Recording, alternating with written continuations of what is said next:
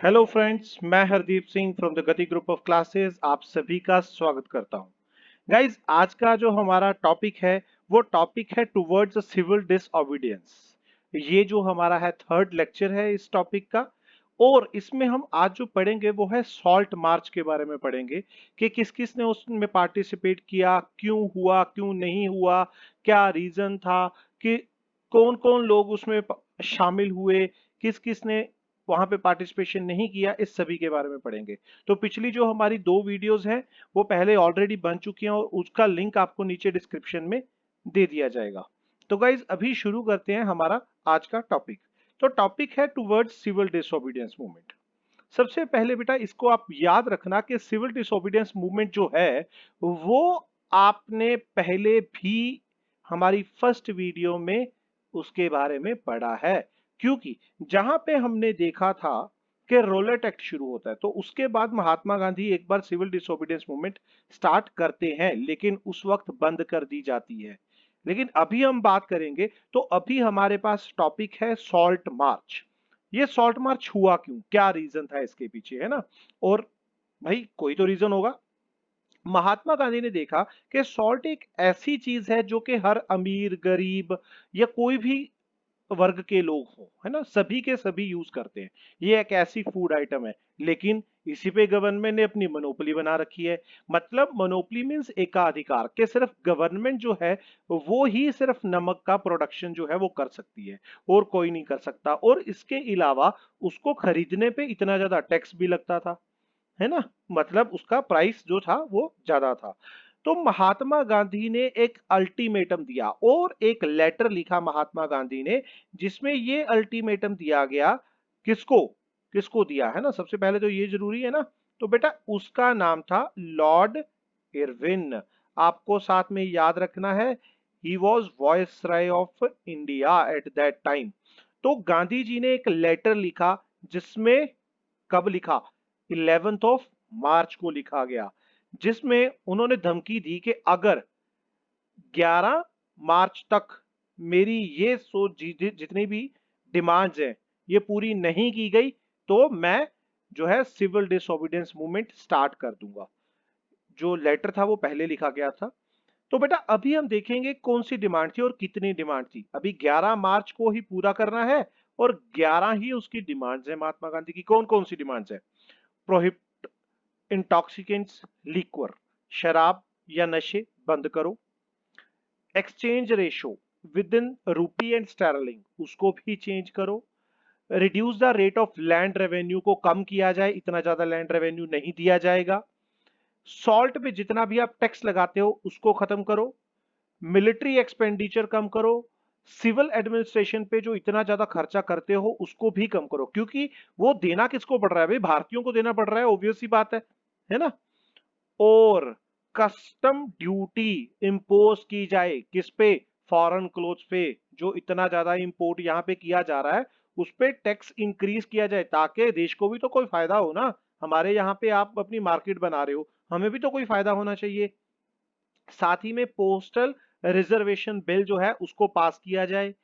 CID department जो आपने India में अंग्रेजों का बना के रखा है उसको खत्म करो, क्योंकि वो लोगों के साथ बहुत धक्का करते हैं। सारे के सारे पॉलिटिकल प्रिजनर छोड़ो और साथ ही में आम लोग जो हैं, कॉमन पीपल जो हैं, उनको भी अपनी सेल्फ प्रोटेक्शन के लिए फायर आर्म्स, हथियार वगैरह का लाइसेंस बना के दो। तो सॉल्ट मार्च बेटा इस तरीके से जो लॉर्ड इरविन है उन्होंने बिल्कुल मना कर दिया कोई भी डिमांड मानने से। और महात्मा गांधी ने अपना सॉल्ट मार्च शुरू कर दिया विद हिज 78 वॉलंटियर्स। वॉलंटियर्स मतलब कि जिन्होंने अपने आप महात्मा गांधी को बोला कि हम आपके साथ जाएंगे, ठीक है ना। तो 240 माइल्स का टोटल रास्ता था, 240 माइल्स का रास्ता था, जो गांधी जी के आश्रम से लेके, जो कि साबरमती में है, वहां से लेके डांडी तक। इसको बेटा एक और याद रखना, सॉल्ट मार्च को एक और नाम दिया जाता है, दैट इज डांडी मार्च। आपको ये चीज भी याद रखनी है, ठीक है ना। तो वॉलंटियर्स जो थे वो नियर अबाउट 24 डेज तक चले, महात्मा गांधी भी। और 10 माइल अ डे, 10 मील वो एक दिन में जो था उन्होंने रास्ता तय किया। यहीं भी वो जाते थे वहीं पे रुकते थे 10 माइल के बाद, तो अपना भाषण देते थे, महात्मा गांधी को सुनने के लिए बहुत सारे लोग आते थे, है ना। और महात्मा गांधी उनको स्वराज का मीनिंग बताते थे और साथ में ये भी बोलते थे कि आपको अंग्रेजों के खिलाफ लड़ना है लेकिन पीसफुली लड़ना है, कोई वायलेंस तो बिल्कुल भी यूज नहीं करनी। तो 6 अप्रैल को जो महात्मा गांधी है वो डांडी पहुंच जाते हैं और वहां पे जाके सॉल्ट एक्ट तोड़ते हैं, मतलब कि सॉल्ट बनाते हैं खुद, जो सी वाटर है उसको बॉयल करके। इस तरीके से महात्मा गांधी 6 अप्रैल को जो है वो सॉल्ट लॉ भी अवेलना करते हैं। अभी बेटे देखेंगे इसमें क्या क्या हुआ। बेटा ऑब्वियस सी बात है, सिविल डिसोबीडियंस मूवमेंट है तो इसमें सॉल्ट लॉ तो टूटेगा ही टूटेगा। दूसरा, बाइकॉट भी चलेगा साथ में, नॉन कोऑपरेशन मूवमेंट का भी जो इंसिडेंट्स है वो भी साथ में चलेंगे। फॉरेन क्लोथ्स नहीं खरीदा जाएगा, ब्रिटिश गुड्स की भी बाइकआउट किया जाएगा। और सिविल डिसोबीडियंस मूवमेंट थोड़ी सी अलग थी नॉन कोऑपरेशन के साथ। क्यों? क्योंकि नॉन कोऑपरेशन में सिर्फ और सिर्फ कॉपरेट ही नहीं किया गया कि भाई हम लोग आपकी कोई चीज नहीं खरीदेंगे, सिर्फ बाइकआउट किया गया। लेकिन यहाँ पे पेमेंट भी देने से मना कर दिया कि भाई टैक्सेस भी नहीं देंगे हम लोग, लैंड रेवेन्यू भी नहीं देंगे, है ना। और डिफरेंट डिफरेंट जो लॉज थे जो अंग्रेजों ने बनाए थे वो भी तोड़े गए। ठीक है ना, अभी यहाँ पे ये डिफरेंट है। और क्या हुआ बेटा, मेनली सॉल्ट लॉ को जो था वो टारगेट बनाया गया, ठीक है ना, क्योंकि सभी सेक्शन जो थे वो इकट्ठे हो सकते थे यहाँ पे। तो इलीगल मैन्युफैक्चरिंग ऑफ सॉल्ट जो थी वो की गई अलग अलग जगह पे, वायलेशन की गई उस लॉज की, ठीक है ना। अभी बेटा देखेंगे प्रोग्रेस और कोर्स ऑफ द मूवमेंट कहाँ कहाँ पे कैसे कैसे चली, है ना।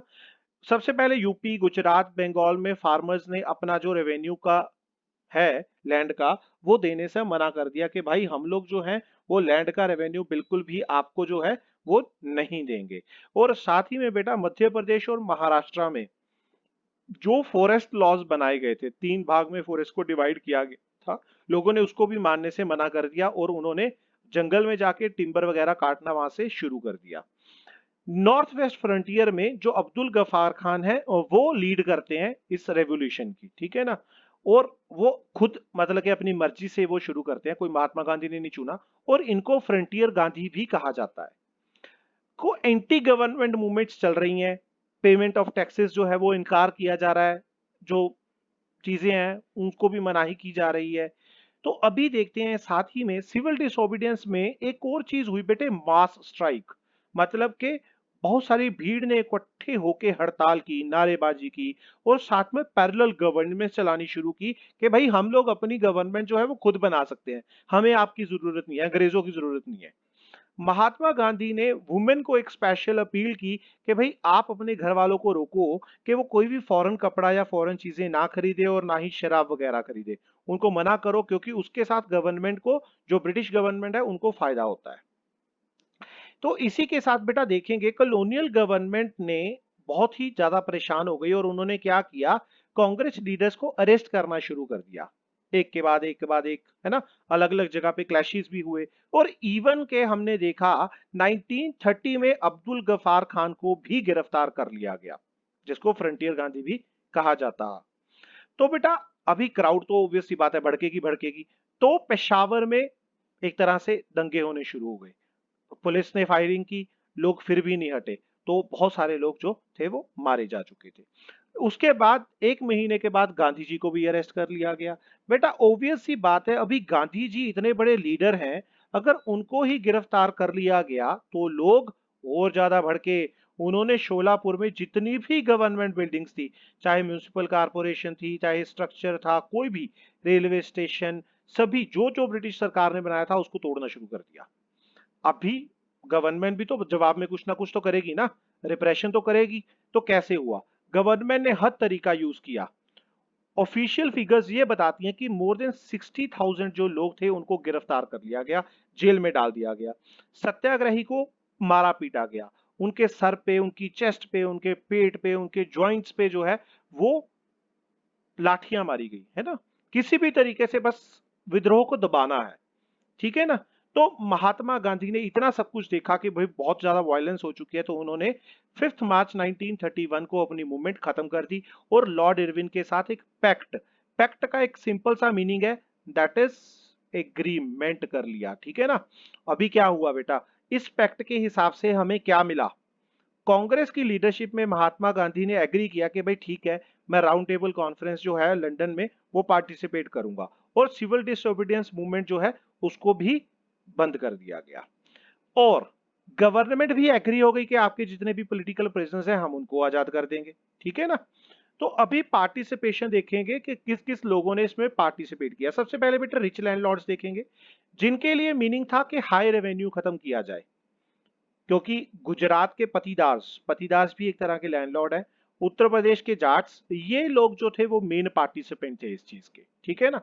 साथ ही में पार्टिसिपेशन का रीजन क्या था, इनकी डिमांड थी reduction in the revenue, but government ने रिफ्यूज कर दिया, तो इन्होंने मूवमेंट को ज्वाइन कर लिया। तो ये एक सपोर्टर बन चुके थे सिविल डिसोबीडियंस मूवमेंट के, है ना। उन्होंने बाइकआउट प्रोग्राम में भी पार्टिसिपेट किया, रेवेन्यू भी नहीं दिया सरकार को, लेकिन उनको डिसअपॉइंट होना पड़ा जब 1931 में महात्मा गांधी ने जो मूवमेंट है वो वापस ले ली और उनकी कोई भी डिमांड पूरी नहीं हुई। तो जब दोबारा से मूवमेंट 1932 में शुरू हुई तो उन्होंने उसमें पार्टिसिपेट नहीं किया।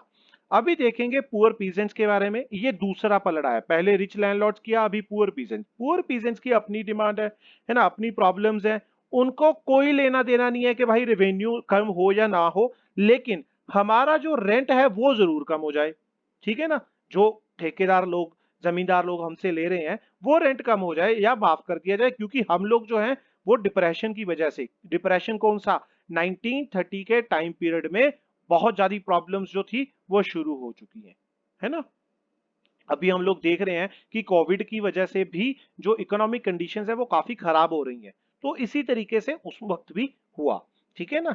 तो साथ ही में बेटा बहुत सारे पार्ट्स जो कंट्री के थे वहां पे नो रेंट कैंपिंग चलाया गया, किसके द्वारा, पुअर पीजेंट्स के द्वारा। तो पुअर पीजेंट्स ने अलग अलग मूवमेंट्स को ज्वाइन किया, सिर्फ सिविल डिसोबीडियंस मूवमेंट नहीं, बहुत और सी मूवमेंट को भी ज्वाइन किया, जो कि कभी जो सोशलिस्ट थे वो चलाते थे या कम्युनिस्ट थे वो चलाते थे, सभी को ज्वाइन किया, लेकिन उनका जो पर्पस है वो एक ही है कि भाई हमारी जो प्रॉब्लम्स है वो खत्म हो जाए।